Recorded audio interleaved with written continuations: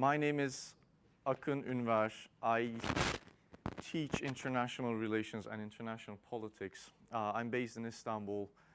I'm also a visiting fellow at the Oxford Internet Institute. I'm also a visiting fellow here at the Turing Institute.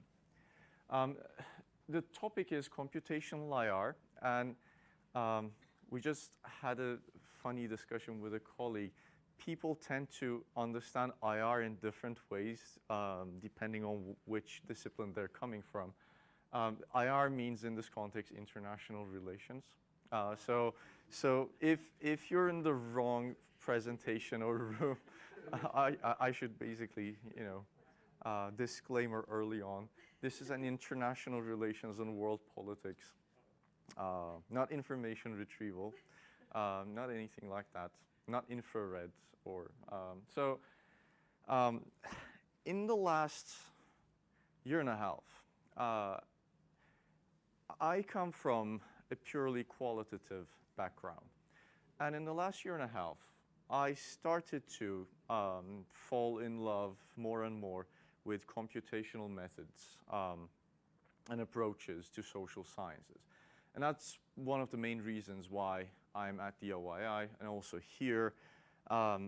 My whole long-term goal is to build bridges between computer science, data science, and the methodological study of world politics, basically. Perhaps when you approach from the perspective of social sciences and world, especially when it comes to world politics, computational methods would probably be at the most, at the farthest possible methodological domain related to international relations. I'm going to do some overview on that, but we usually do qualitative or quantitative methods. We either do ethnography, discourse analysis, elite interviews, process tracing, or we basically do ordinary least squares, regression analysis, formal models, or game theory.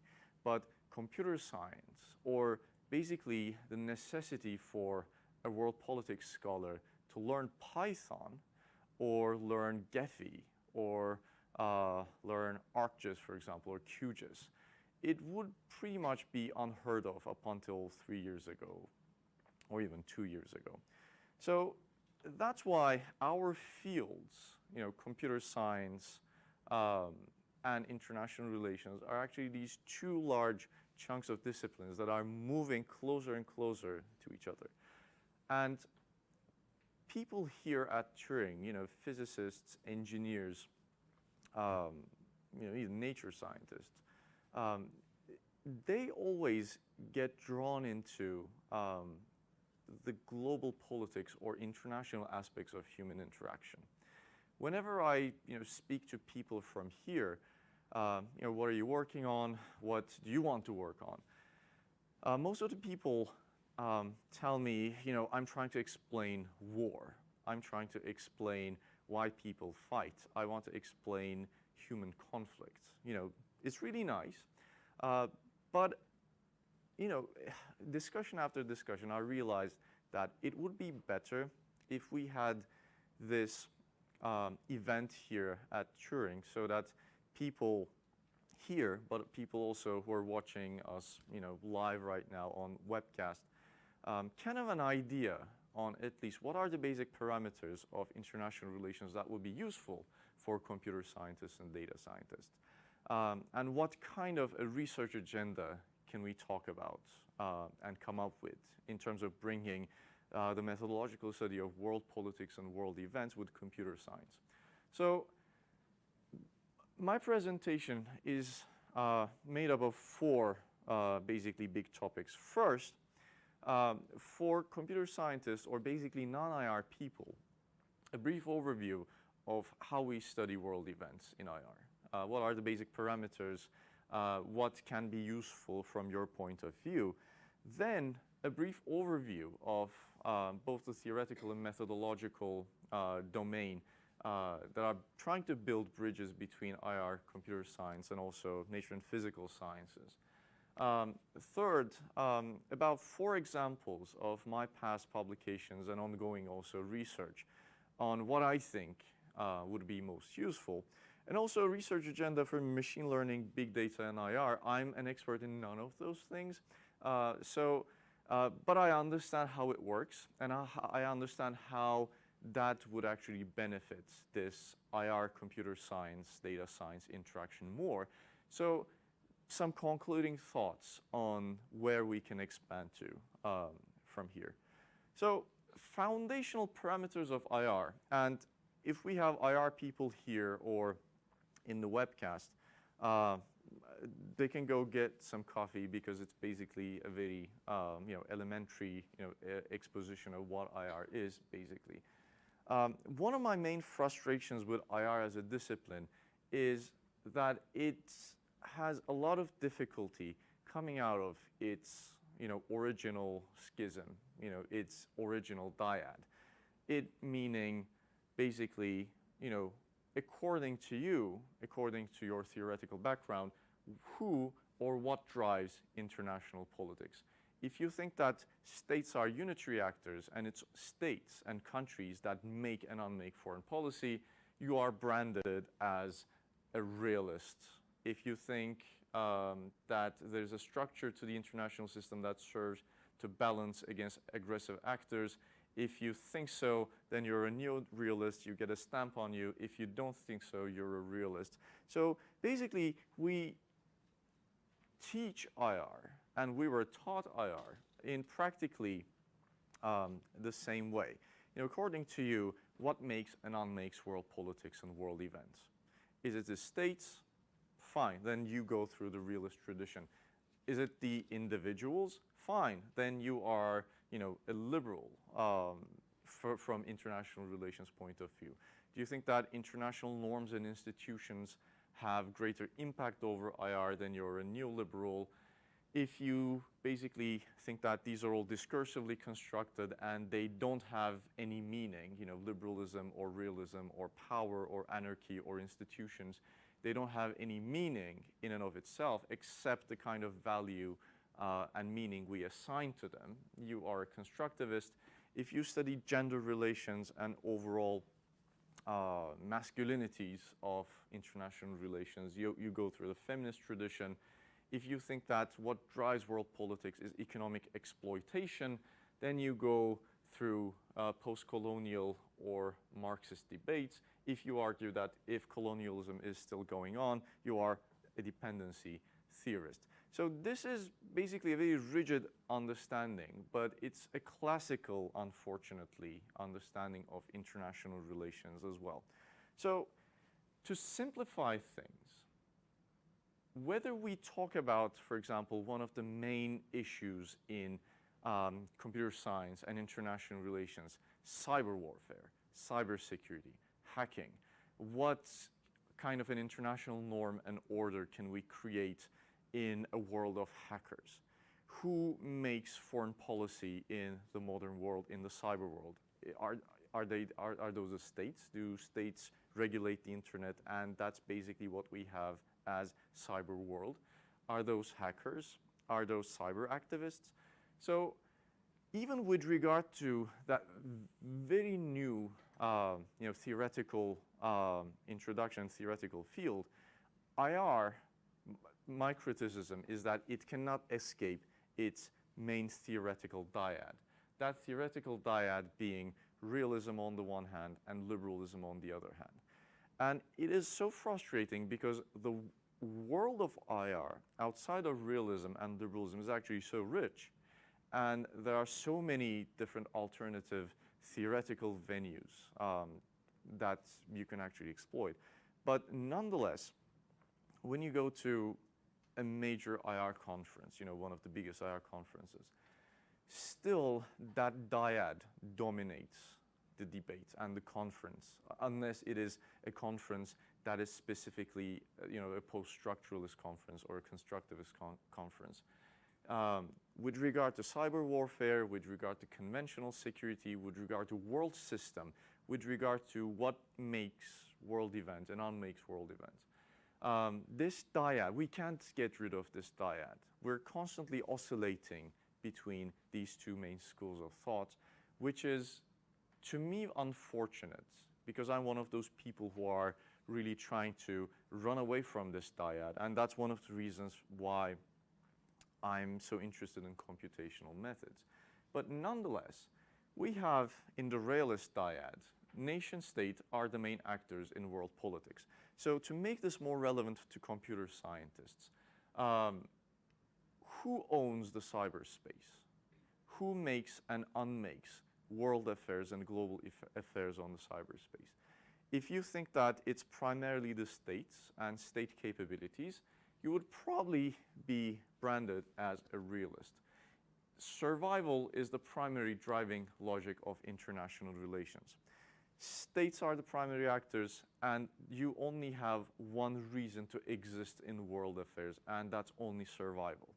When you look at world history, empires that created beautiful cultures, beautiful languages, from the perspective of realism, they don't matter because they couldn't survive, if they cannot survive. From the perspective of realism, it's only those that can survive, and it's only that survival mechanism that matters. Third, self-help is the only way of attaining survival. You can build alliances, but at the end of the day, you as a nation state are responsible for your own defenses. You can build alliances, but as long as you are the weak link in an alliance, then the alliance can always, swallow up. The neo-realist variant argues that world system is defined by anarchy. We don't have any hierarchy in world politics. And that lack of hierarchy, one global police in a way, that renders the world system conflict prone. Because it's anarchic, it's a system of self-help. You have to defend yourself. In order to defend yourself, you have to constantly accumulate capabilities. And you always have to have relative gains that is superior to your rivals all the time. So the other dyad, liberalism says that, nation states are important, but individuals and institutions are also equally relevant. And interactions between states aren't limited to security relationship, but are also determined by economic and cultural relations. So you don't really have to fight in a world system. You can also cooperate, you can build institutions, you can establish frameworks of financial, economic, cultural partnerships. The neoliberal variant argues that the anarchic world system needn't generate conflict. Interstate cooperation can replace competition through institution and norm building. And one of the main concerns of both liberal and neoliberal schools is actually, it's kind of like an unwritten rule, but how can we make peace more profitable for everyone than war? So that is basically main dyadic relationship. Yes?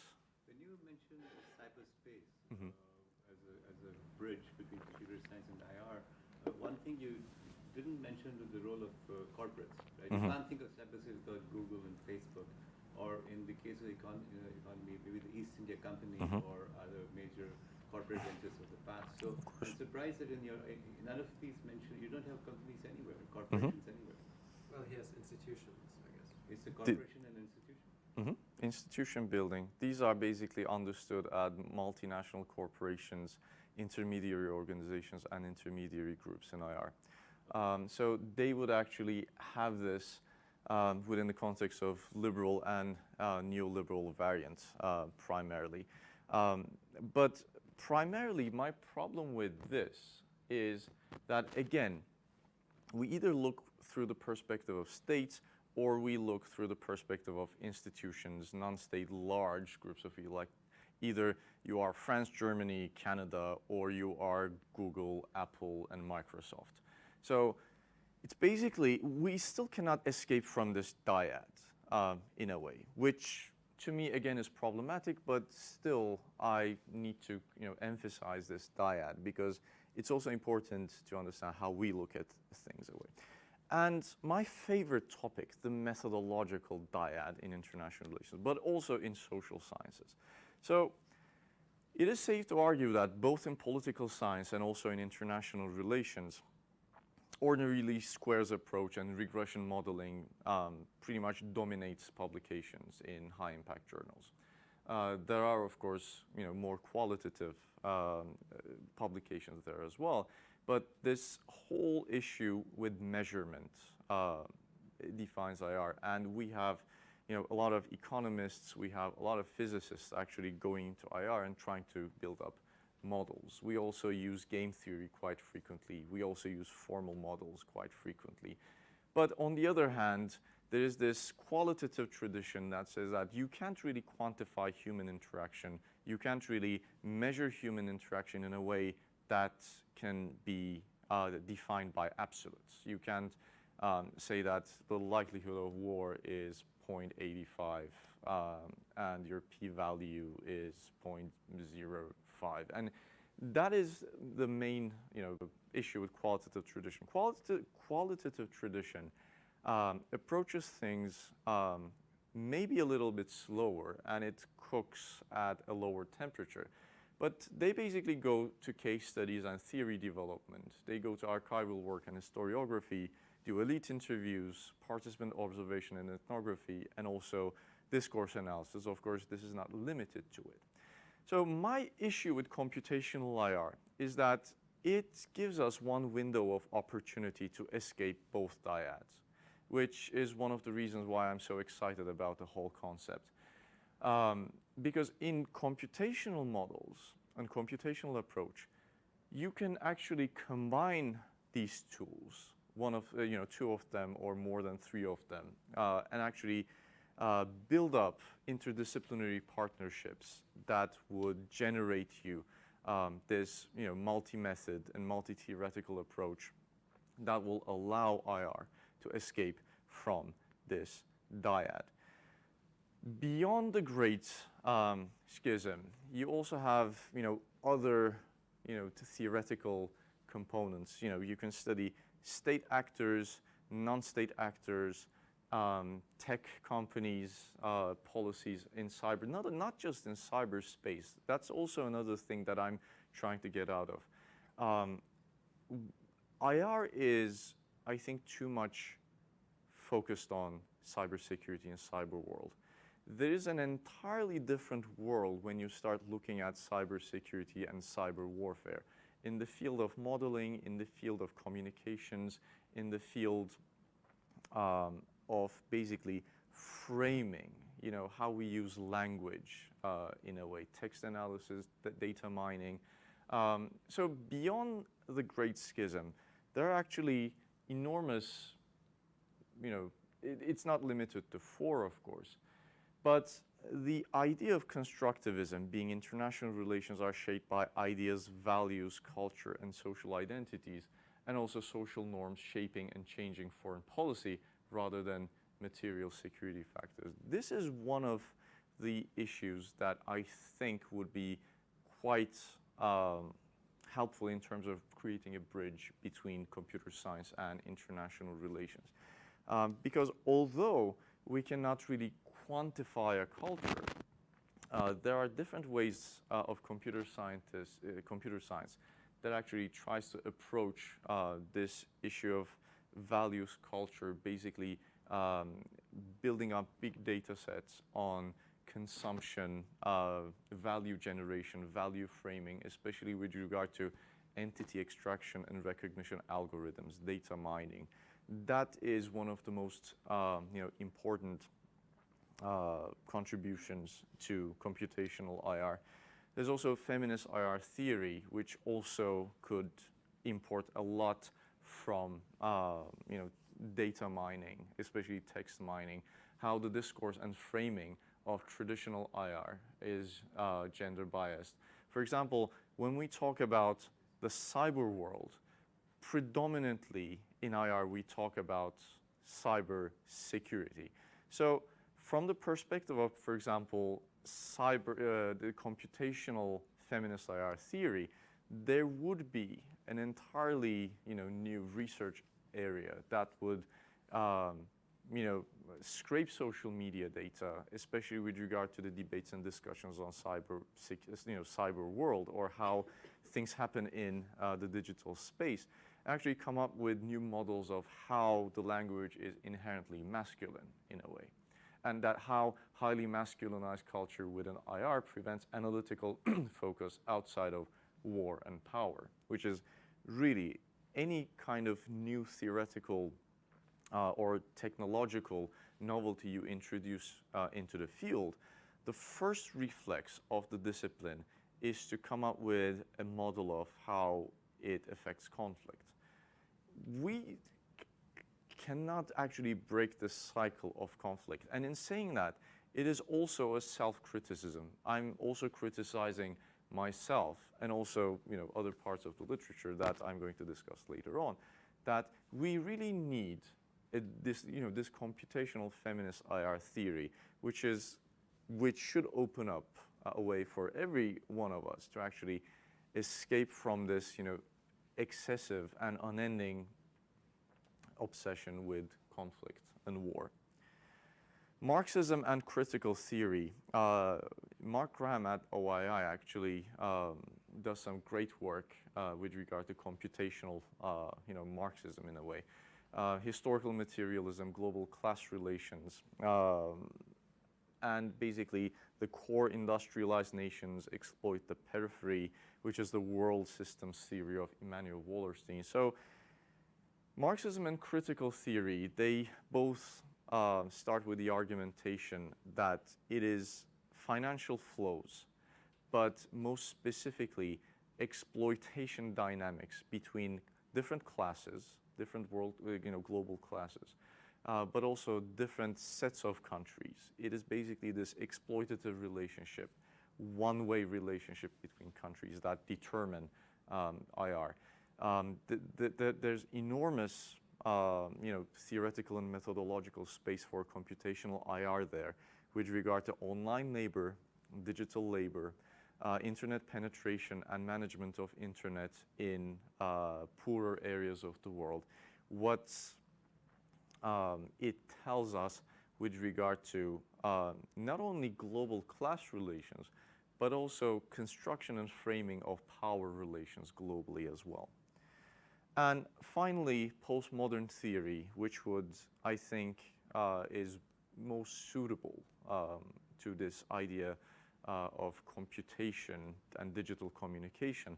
Postmodern theory says a lot of different things, and it's really hard to boil them down into just three nodes.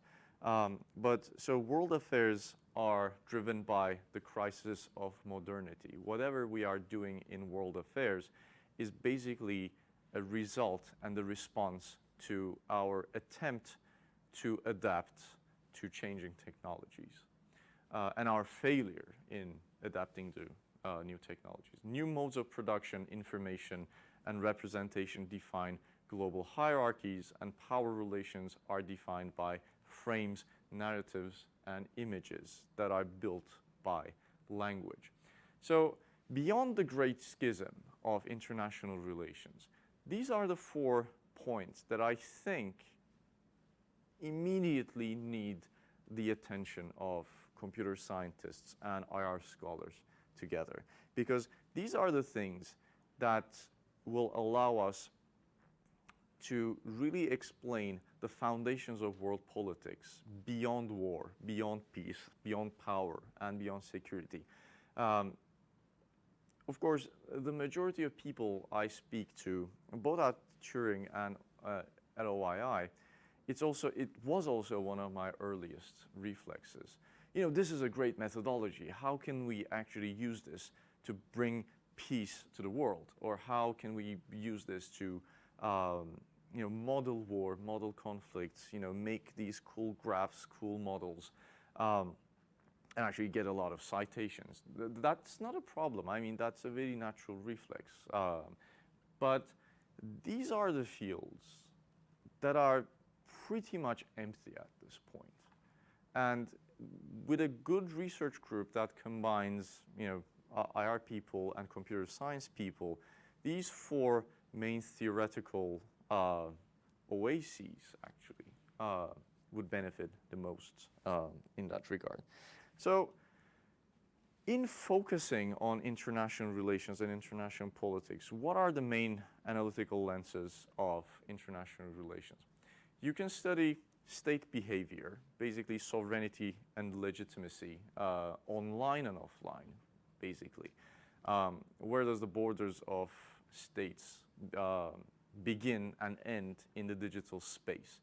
Can the states regulate, should the states regulate the internet? Why? What does it tell us with regard to interstate security and conflict, state diplomacy, decision-making theories, foreign policy analysis? So then moving on to, again, we always go back to this concept of conflict and peace, causes of war, how can we measure and model rationality and misperception in conflict, law and ethics of war, peace processes, crisis negotiation and communication, as well as peacekeeping operations. You can also, again, this is all within the domain of realism, measurement of power, military technology, influence and bargaining, relative and absolute power.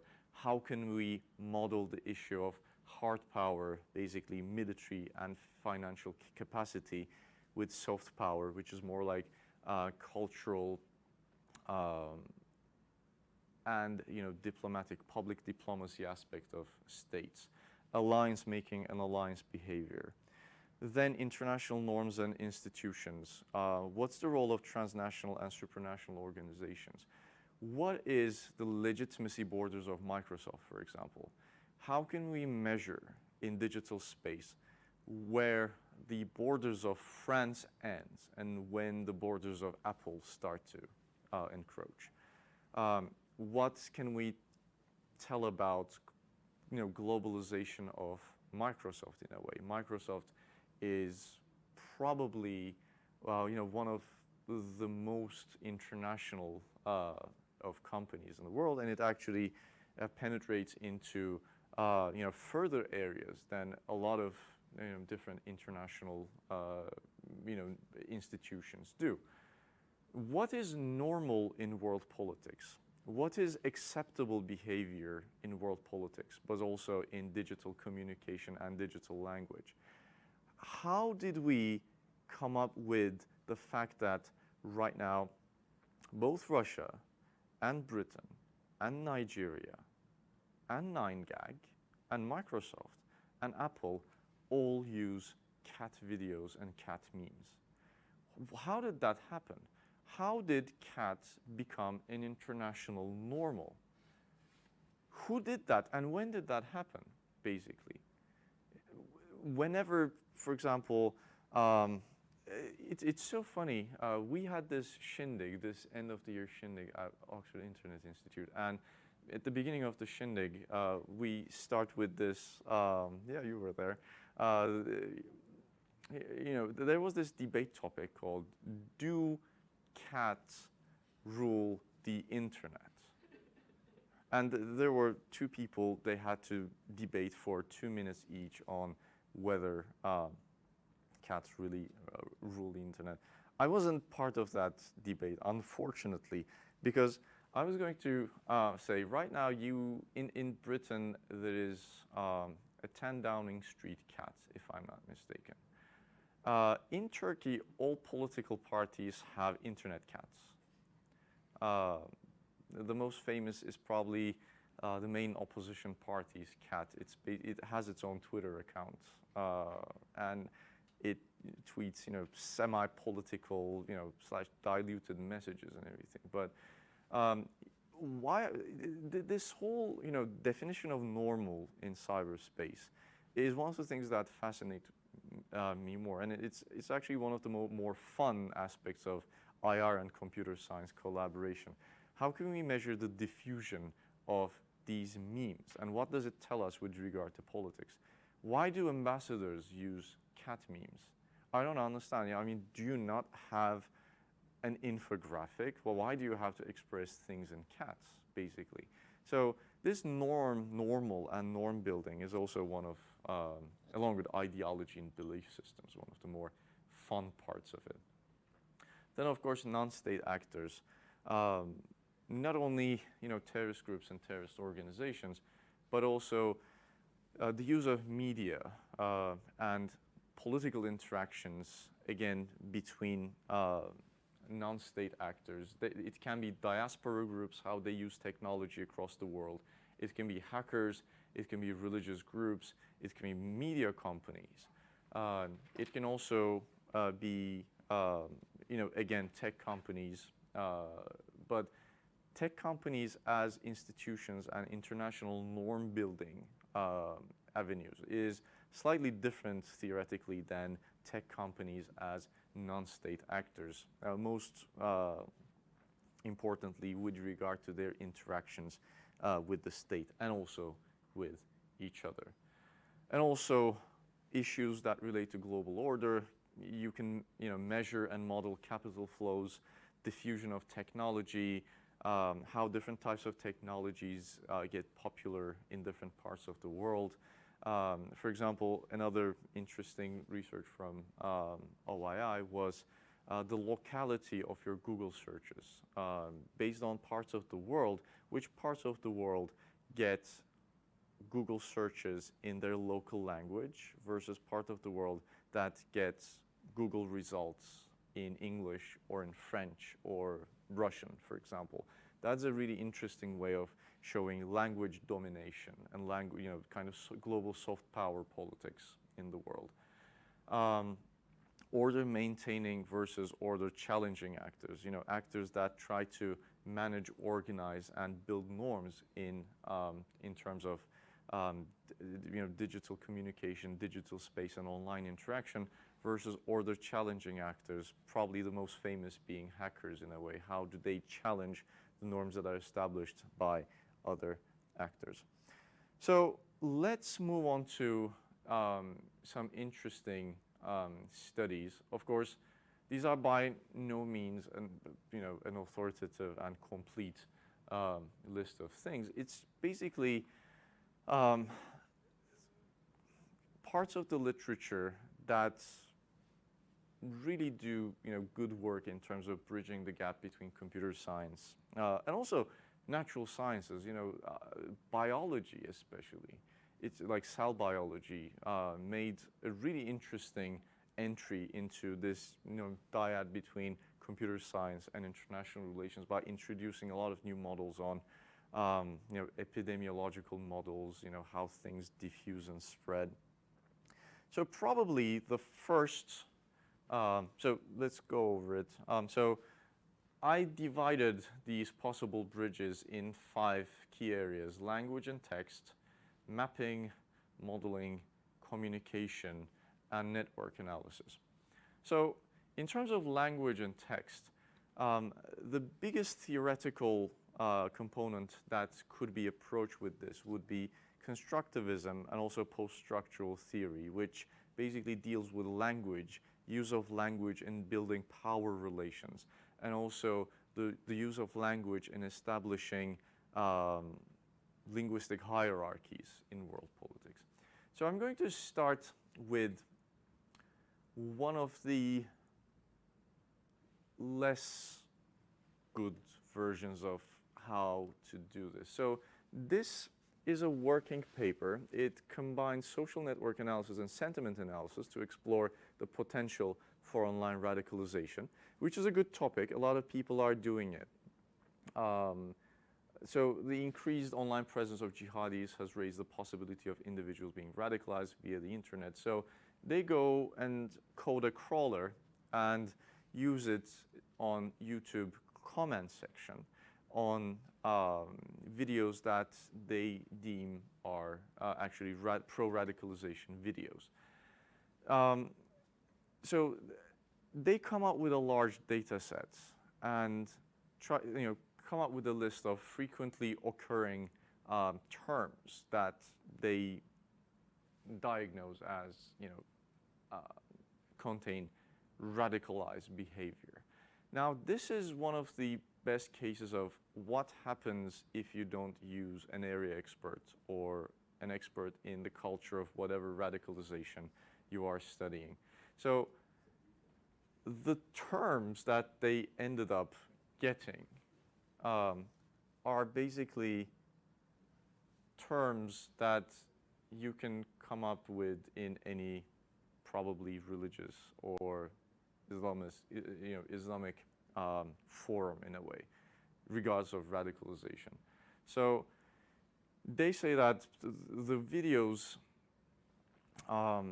that we extracted through the use of these commonly occurring words are basically this, and top 10 most frequently occurring terms for all users, top 10 most frequently occurring terms for female users. Now, the problem with this is, one, if you use this model as a corpus, as a text corpus, and use it in machine learning to give you, further maps and networks of radicalization, you are probably going to end up in a Muslim cooking forum rather than a radicalization forum. Or, especially with regard to this, this probably is half and half between you ending up with a really radicalized forum or an Islamic cooking forum or a far-right group in Europe. They also use these terms pretty much in this order. But the whole meaning of sentiment analysis is different than just content analysis. Content analysis, yes, produces text and individual things, but sentiment should give you an idea on the cultural context or overall context, political or social context in which these terms are being used. And when you start building a machine algorithm with these words, you're pretty much going to end up in all the wrong places, which is one of the reasons one of my colleagues in Denmark, he wrote a book from MIT Press. It's a good book on jihadi culture. It's one of the best books on how jihadis act, behave, and frame their narratives. Every self-promotion attempt on Twitter gets taken down just because of the fact that it says jihadi on there. And he's like, this is the title of my book, like, what can I do? And Twitter isn't really responding to him at this moment. But every single time he shares the MIT Press link, it gets taken down, and it's really frustrating. So this is one way of not really doing good. This is a better way of doing it. Sentiment and effect analysis of dark web forums, measuring radicalization on the internet. So this sets up a crawler and goes up into actual pro-radicalization dark web forums that belong to Iraqi insurgents or Al-Qaeda. So it doesn't go out and randomly scrape YouTube comments data. That could be anyone. It could be a jihadi, yes. It could be, I don't know, a housewife from Minnesota as well. But this is more targeted in a way. It basically clusters sentiments based on a corpus that was coded by an expert on Islam, but also on Arab culture. This is sentiment analysis corpus, construction being done right, in the sense that it doesn't just, scrape everything that relates to Allah or Islam or, Muslims and everything. It basically comes up with specific messages that contain radicalized message, and you also have an expert coding them into sets of violence, anger, hate, racism, and sentiments, positive or negative, towards a reference point that is being set. So this is a really interesting and good case study with regard to the use of sentiment and text analysis in how radicalization is framed, how radicalization is constructed. You can also go and predict radicalization using this corpus. But one of the things in international relations, although forecasting is always sexy and always very relevant and everything, but IR people are less interested maybe in forecasting and more interested in building theories out of explanations of models. So using this to infer whether this gives us a radicalization forecast model is really not in the interest of IR people, but coming up with this corpus and this method and ending up with a theoretical way of explaining how radicalization frames itself, that's one of the things that interests IR people more. This is one analysis. It's a simple analysis. It basically scrapes social media opinion analysis for Indian political diplomats. It is fairly simple. There's nothing too complicated about it. It scrapes Twitter data of Indian diplomats and positive, neutral, and negative sentiment analysis on 2 candidate names in India. This is also fairly simple. This was really, really good and interesting. Reading between the lines, prediction of political violence using newspaper text. Again, it says prediction, which is what IR people aren't that interested. Of course, it would be good to forecast. They basically offers a new methodology to predict conflict by using newspaper text. They set up a machine learning algorithm, and it scrapes and codes through enormous amounts of newspapers. And how the model that they introduce is that are there different combination of words that appear on newspapers in large quantities before the outbreak of a conflict. And in they actually establish world clouds and world topics. They give 4 different models with regard to a crisis that relates to justice. So this is the word corpus of newspaper terms that appear the most in case of a justice-related crisis.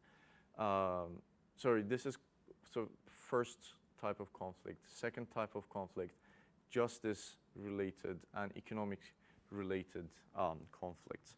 So this is one of the good case of predicting violence or modeling violence. So they actually come up with the argument that you can scrape and code through large quantities of newspaper text in a time series frame and actually start predicting conflicts. So this was really impressive.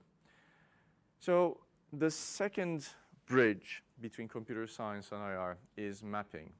International relations is always interested in maps, interested in geopolitics. We love looking at maps. You don't have to be, I think, an IR person to love maps. I mean, everybody loves maps in general. But especially with this digital revolution and people getting iPhones and smartphones and start generating data in really large quantities.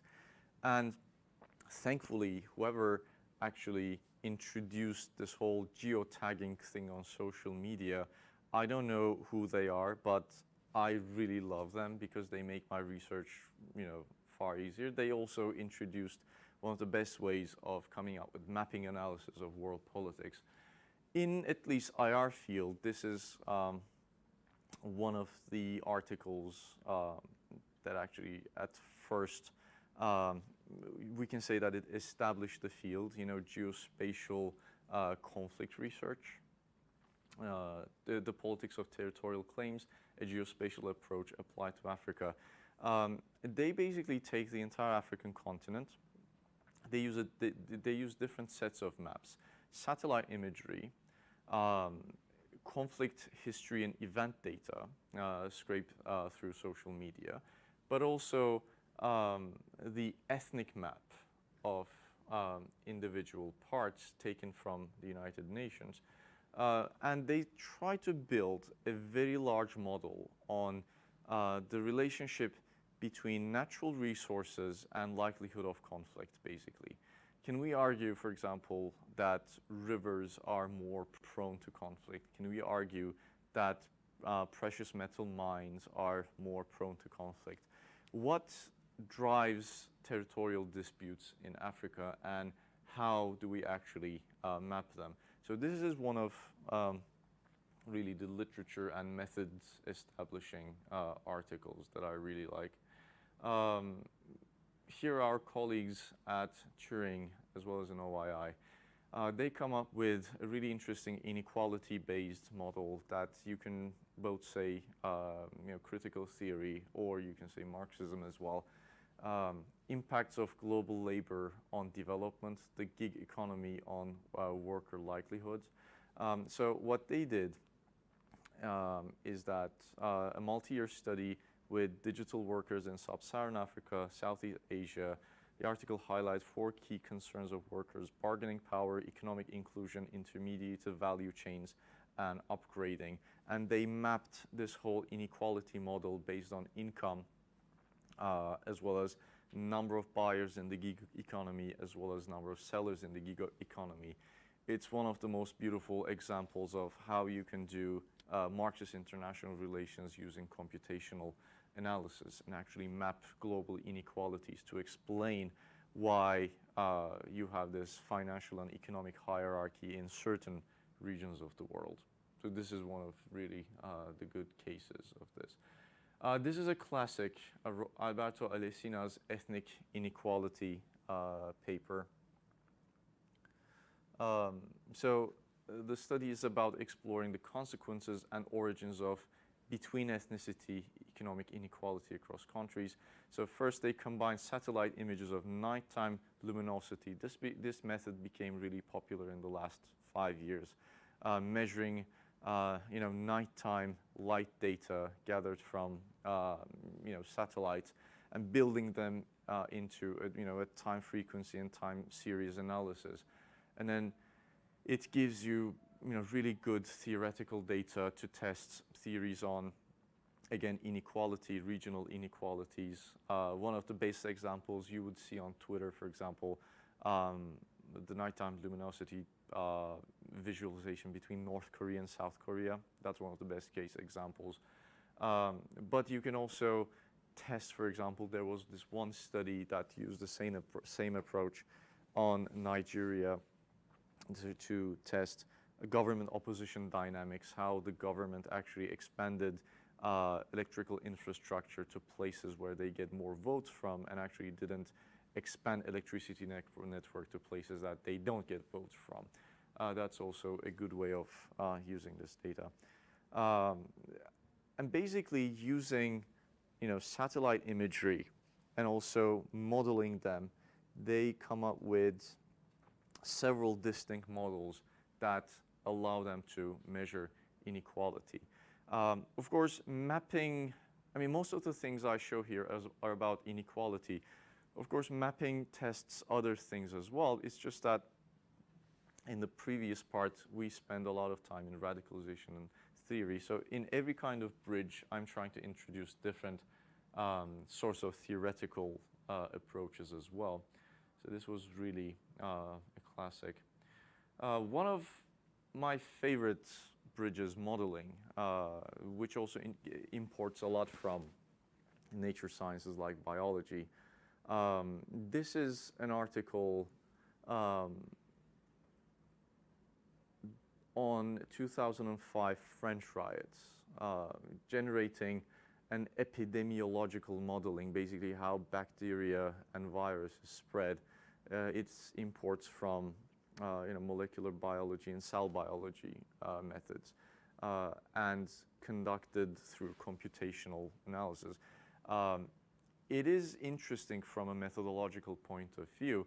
It gives you France overall, different arrondissements, and also different parts of the rest of the France, how 2005 riots began, how they originated, and how they spread.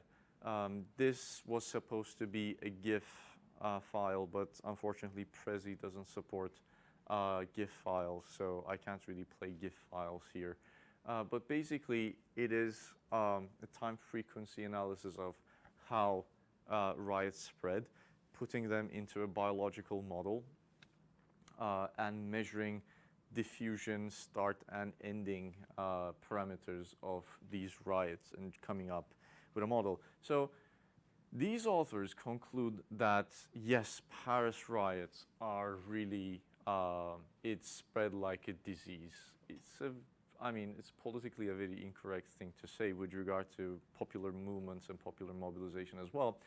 And also, I'm always very careful about excessively relying on bioorganistic models. It kind of brings back early 20th century in which you try to introduce a lot of different biological, and racial theories to explain, social movements and social mobilization. I'm, really skeptical, but these guys do it, but then they come up with the overarching argument that riots do spread like a disease in a way, which, as far as politics is concerned, is one of the worst things you can say about any popular movement. There's another, modeling work, a mathematical model this time of the London riots and their policing. So in August 2011, I was actually in London at that time. It basically experienced large episodes of disorder. So what they do is that they basically use contagion models, again, spreading models to come up with data both from police but also from satellite imagery, and then combining them in a computational model on which parts witness protests most, what kind of a diffusion mechanic it followed. They also come up with the argument that this follows a biological model. You can actually explain riots through a contagion model, policing as well. It behaves in a way that an antibiotic works. The lexicon and discourse to me is highly problematic. But both studies could actually quickly eliminate that kind of bad wording if they included, I think, one area expert or one expert on culture actually framed and wrote these things better. One of my, again, favorite topics, I was speaking with YC the other day. It's his work, his co-authored work, The Spatial Ecology of War and Peace. He imports this model on the in-betweenness factor.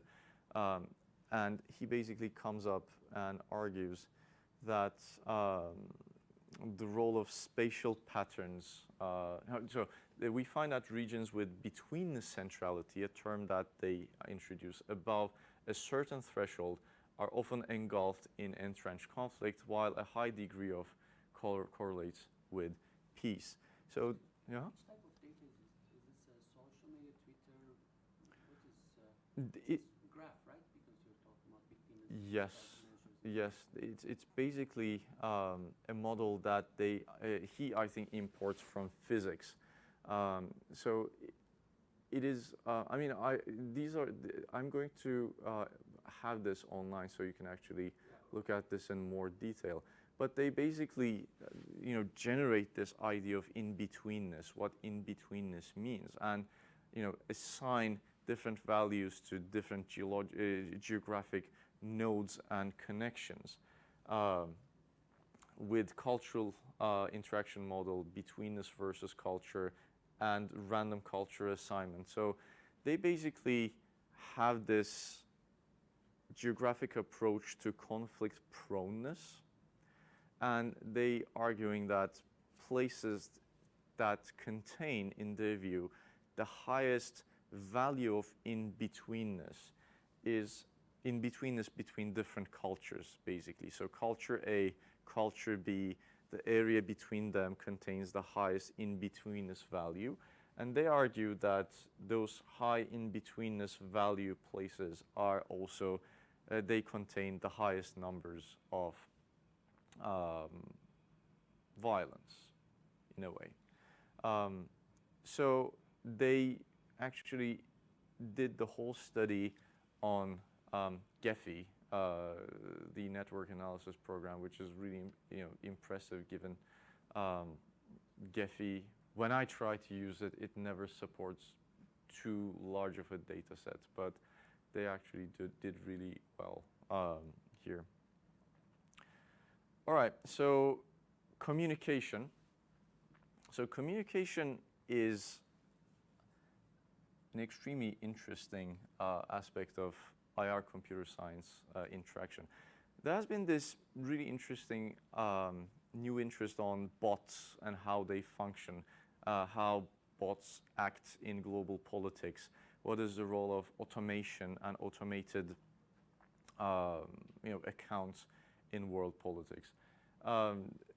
OII has a specific program on computational propaganda, and this article actually is from that.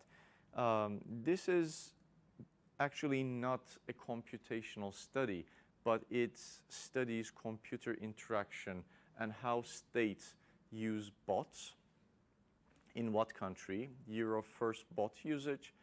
Polity score is a data set that measures countries' level of democracy, suspected employer, and what is the source of that data that they have bot use from.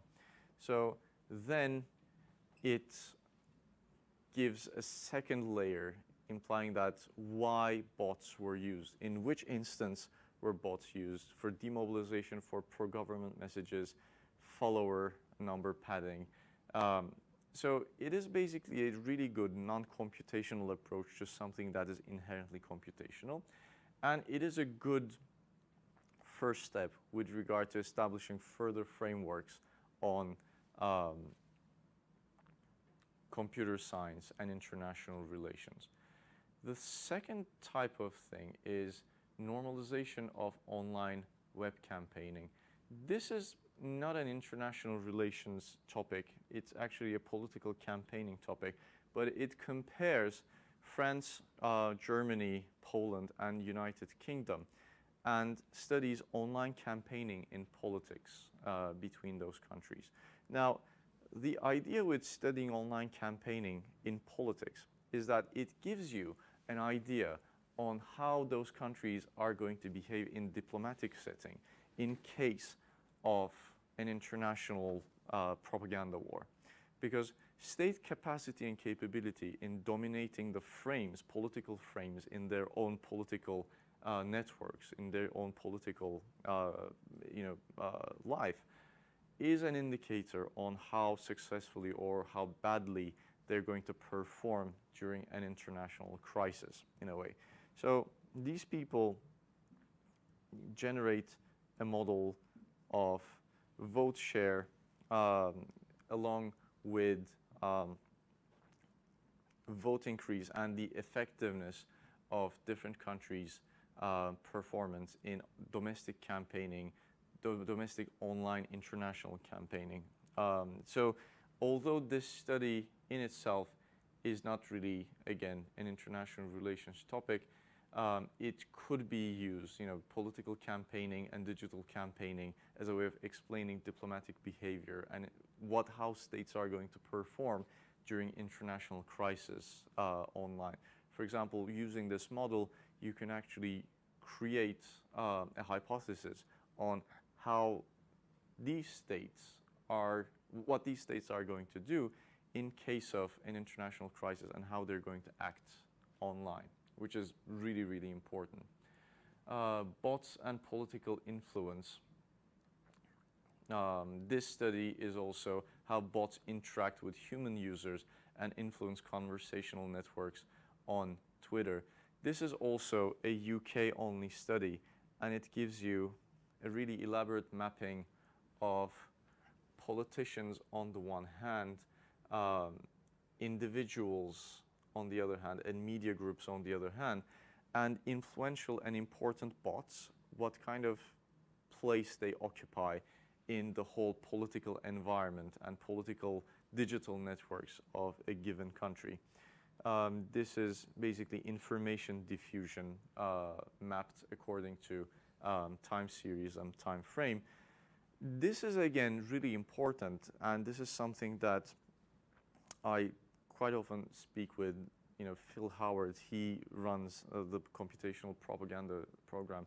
We spend a lot of time in looking at bot use in domestic elections, national elections, how Russia used bots to influence American elections.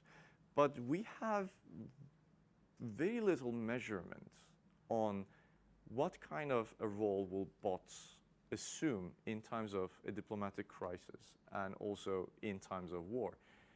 These are good earlier models that computer scientists and international relations people can build on. So that's why they're actually political science articles, but they could be extremely useful in that regard. And I think finally, networks and network management. So this is by Jonathan Bright. He studied discussion networks surrounding 90 different political parties in 23 different countries. It shows that political party groupings which are further apart in ideological terms interact less, and that individuals and parties which sit at the extreme ends of the ideological scale are particularly likely to form echo chambers. So the more extreme of an ideology you have, the more prone to echo chambers that you get. This is an important study because it was the rationale of my friends at OII, Katerina Froyo and Borat Ganesh. Is there a transnational far-right discourse? Can we argue that the US far-right, German far-right, French far-right, British far-right are actually parts of one single transnational phenomenon? And to measure this and to visualize this, they rely on 40 Twitter accounts representing far-right personalities and political parties. And from those initial 40 Twitter accounts, they come up with a follower map and echo chambers, clusters of these different actors. And basically, what they discover is that although far-right seems to be highly clustered, there are individuals that actually weave this connection between international far-right. And one of the things, I think it was about here, it doesn't show in the interactive actual Gephi file, it shows really well.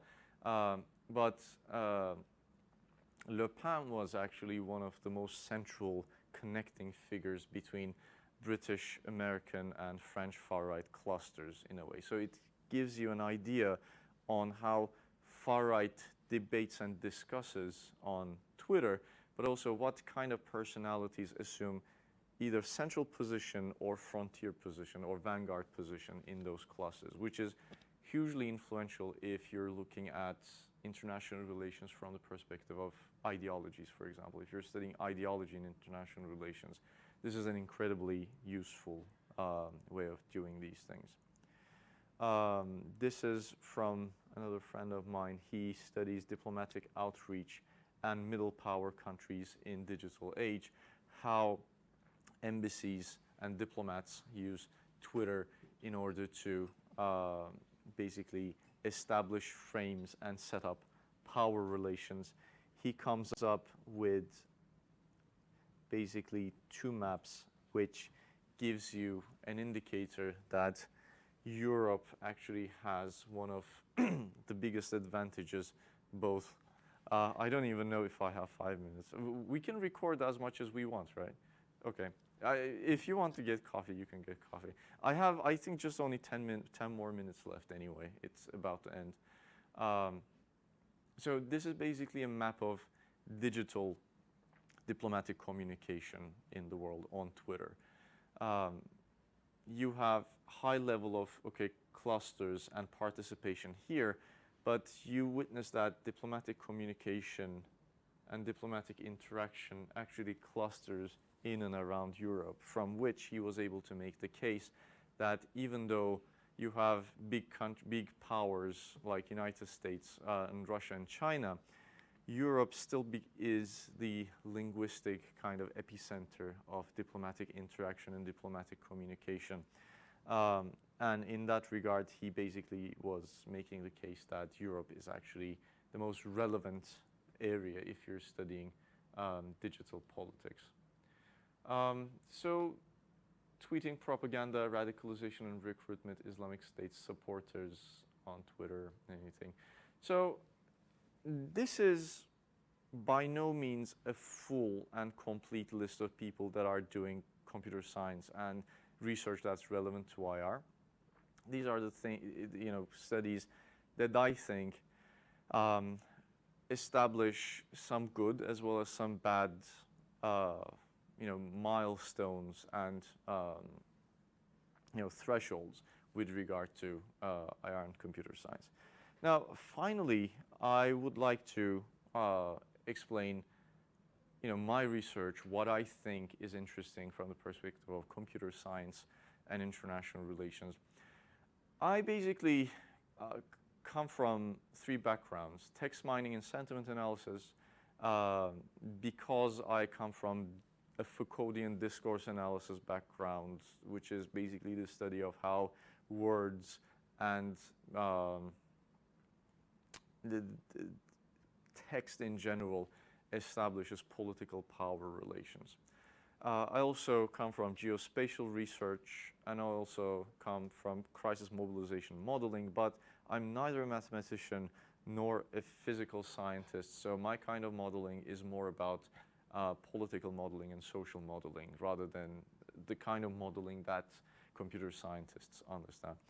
So my first project, which was published in 2016, was about mapping militant selfies. I was interested in this state, non-state actor interaction in war zones. And again, you will understand why I'm so self-critical about not escaping from this whole issue of always trying to explain conflict, explain war. This is something I need to get out of, but every single person that tries to do computational IR, they first gravitate towards conflict always and always and always. We have to find a way to actually open up new avenues.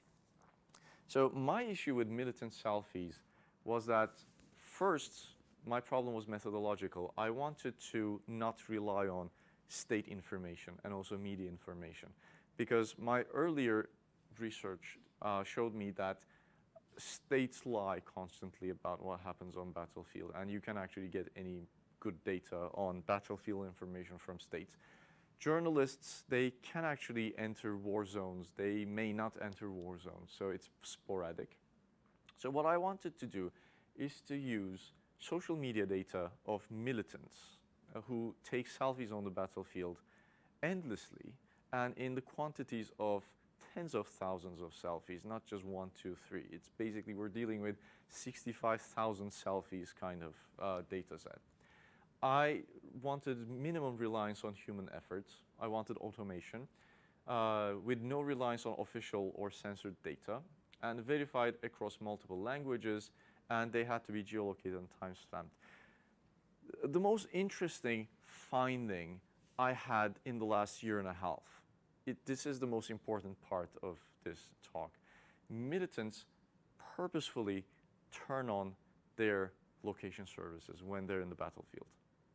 It is the most counterintuitive things you can think of, because you're like, if you're in a battlefield, one, you shouldn't take a selfie, predictably. Two, even if you're taking a selfie, you should make sure that your location is hidden.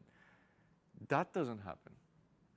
That doesn't happen. Militants take selfies first thing in the morning, then in the afternoon, then at night, and they constantly turn on their geolocation. I spoke with several officials who interviewed, because I didn't have the clearance to interview returning militants, so I had to interview people who interviewed those militants. And I basically told them, can you ask them, why are they taking selfies? And every single one of those selfies are geolocated. I mean, aren't they afraid of any kind of retaliation or a drone strike, on top of them? And so it is so interesting. There is an unwritten rule, both in Syria and Ukraine, among the militants, not in professional armies, that if you turn off your geolocation, it means you're afraid and you basically are humiliating yourself. A really interesting war dynamic. So if you take a selfie, but you're not sure whether your position is going to be attacked or overwhelmed, or you're not certain of your own power, you turn off geolocation. If the rival group knows where you are and discovers the selfie that doesn't have the geolocation on, but if they know that you're there, they understand that you're afraid and you are not confident enough to turn your geolocation on, and they attack. Really interesting war dynamics that are really counterintuitive. But nonetheless, militants take selfies, militants use geolocation, and militant selfies are therefore one of the best battlefield data that you can come up with. You can scrape it from Twitter, you can no longer scrape Instagram. But there was a time between 2014 and 2016 where scraping militant selfies from Twitter was just so easy and so beautifully highly granular that it basically allowed you to test theories on borders, legitimacy and sovereignty, horizontal security cooperation, and theorizing armed conflict and territorialization. It was just beautiful.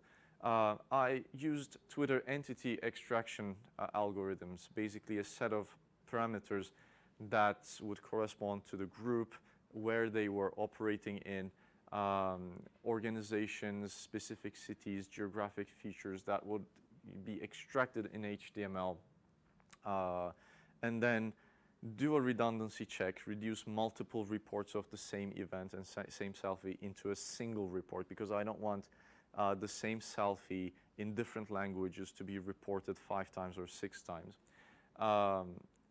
Also, automated reverse image search. Google and ImageRaider already give that to you. And then finally, you have to have human verification, even though the whole purpose of the process, the project is to eliminate human contribution. But there are certain things. For example, in Kurdish, parastin means protection. But in a tweet, if your algorithm constantly takes parastin and assigns it to a specific group, it can pretty much 100% make a mistake, because it can refer to Parastinu Zenyari, a different militant group, Yekineyan Parastina Gel, a different group, or Parastin is also a verb, means to protect, and it can actually mean a whole lot of different things. So you need to, at the very last minute, have to do human verification. So what I had are those really nice scatter plot geolocated graphs. These are all selfies like this and like that on the battlefield that are verified battlefield selfies.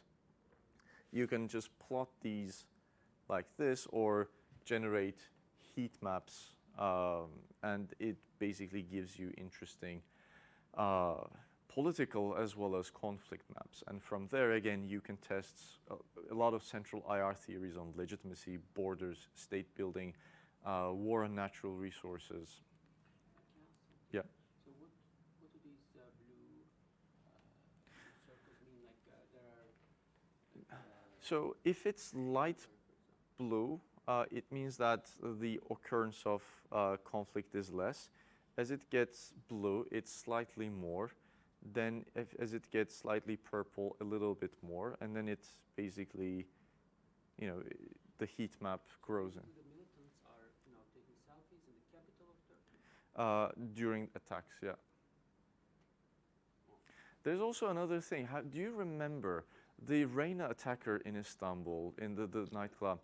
He was basically, before he was he did the attack, he basically took a selfie video of him, like say taking a selfie, but taking a video, so that he actually takes a video of the entire thing. The problem with that is that these people don't keep these things secret. This is one of the things that I don't understand. It's not related to computer science, but from a psychology point of view, this is gold. Like, why do these people not only take those selfies, but they upload it for public I mean, you don't understand that that person is a terrorist until they conduct a terrorist attack. But once they do a terrorist attack, you go back to their selfies and they're like, oh, he was just taking a selfie.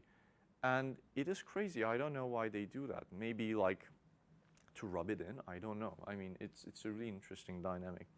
So this specific Iraq and Syria project was published. Now I'm doing the same thing with regard to pretty much shirtless Ukrainian militant guys in Donbass.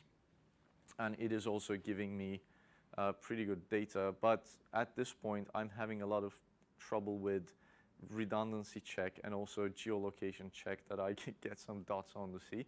I mean, overall, the weight of these selfies give you an idea on where fighting is happening. But you have, at this point, I'm trying to rectify these, sea selfie. Nobody's taking a selfie there. It's just geolocation error. So that was the first project. The second project that I published was about the mobilization during Turkey's coup attempt last year, in July 15, 2016. So I combined some satellite maps, and first, by using event data on Twitter, I created a physical event map, physical resistance map. I wished Prezi supported GIFs because they were, time frequency maps as well. It doesn't show. So these are physical resistance locations. The blue ones are physical resistance locations during the coup. These purple ones are digital resistance points where hashtags that are against the coup and in support of the resistance of the coup actually proliferated. What I did with that, which also explains these little black dots, is that once you know how political mobilization happens in a particular geography, like Turkey, like Istanbul, the first thing you have to measure is the mosque network. These green dots are mosques. It's scraped from Google Street View, put on the map, and connected to each other with 400-meter links. What happens with those 400-meter links that, mosques do calls to prayer, and those calls to prayer are done through speaker phones. And those speaker phones are mostly one single brand that is always used in Istanbul's mosques, and they have a 400-meter sound range. You have to know these things. You have to be an area expert to know these things. But when you actually link up the mosques with those 400-meter radius things, certain mosques link to each other, certain mosques don't. And one of the most interesting things is that in places where mosques actually link up the most and establish the highest mosque density, you have high physical resistance together with digital resistance controlled against population density. So different layers of data I basically used in order to make the case that, which is actually the topic of my current book project, and that how religious congregations, not only in Muslim countries, but also in the West, use digital technology to mobilize. Because church network, mosque network, these are really crucial things in terms of measuring modern mobilization, and unfortunately nobody's doing it. This is a recent publication. I'm pretty sure you heard of the Qatar-Saudi Arabia crisis. Basically, this was, I usually do moving GIF maps, and when Prezi doesn't support them, I can't really play them in GIF maps. But I selected two tweets, two of the most highly used tweets during the crisis. One was cut relations with Qatar. It had about 54,000 variants, and people of the Gulf are refusing to boycott Qatar, which is 11,000, including variants. And then I mapped how they get diffused along with the search trends for both hashtags.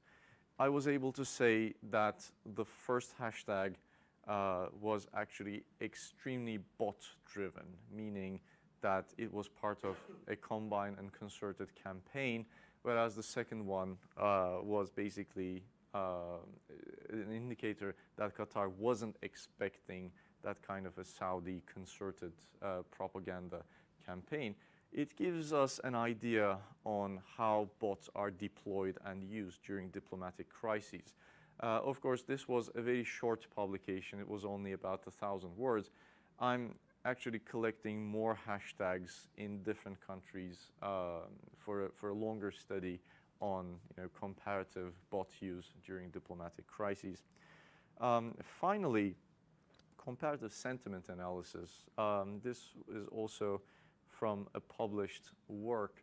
How do American, European, and Turkish legislators define an intrastate conflict, which is the Kurdish question? This was basically sentiment analysis, but it is definitely not the kind of big data sentiment analysis that computer scientists do.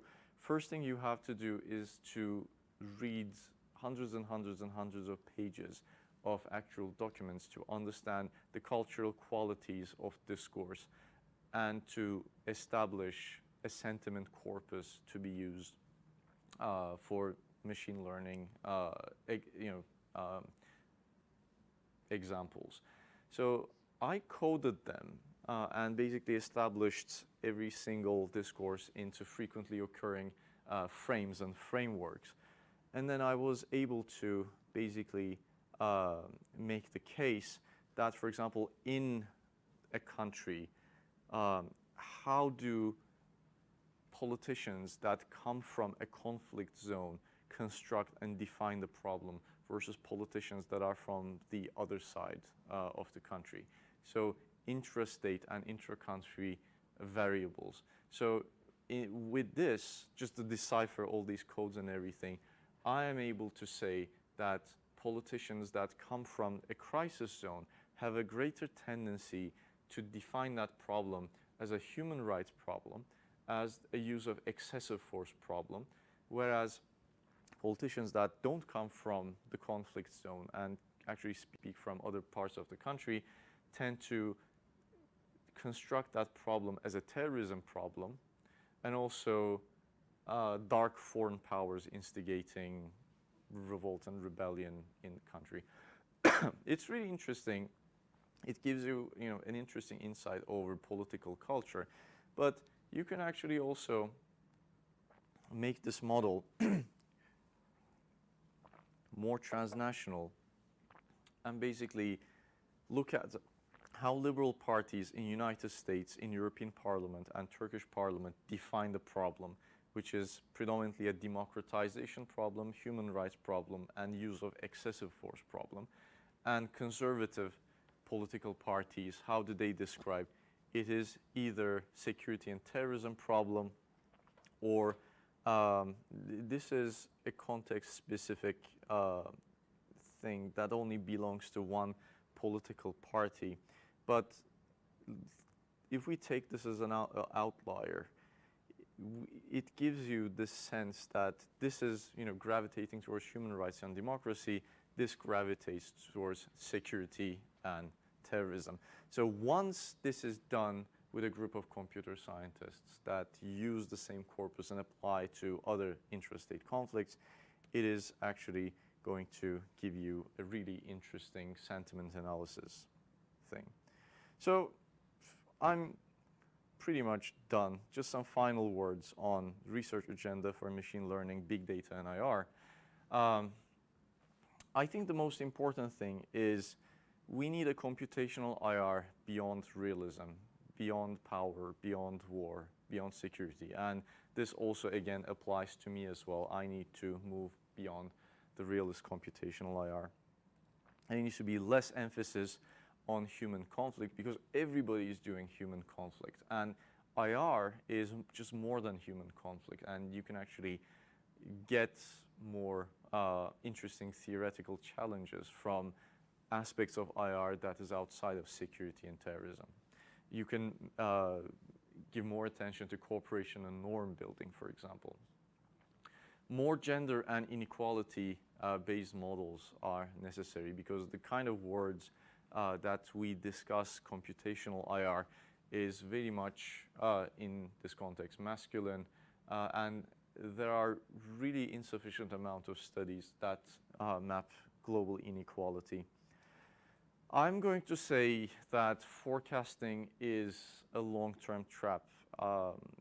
Conflict and peace studies in general, it became a graveyard of forecasting studies. There have been so many forecasting approaches to peace and conflict since 1940s and 50s.